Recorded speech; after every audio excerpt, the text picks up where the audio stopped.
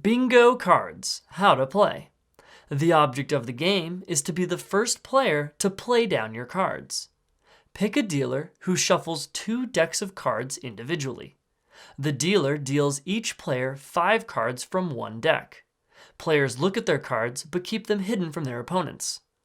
The dealer then flips over cards, one at a time, from the other deck, calling out their suit and rank.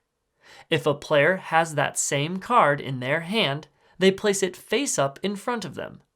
The first player to play all the cards in front of them yells bingo and wins.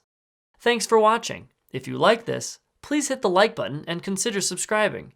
Check out playingcarddecks.com for an awesome variety of playing cards, and be sure to use my promo code TSG for 10% off your entire order.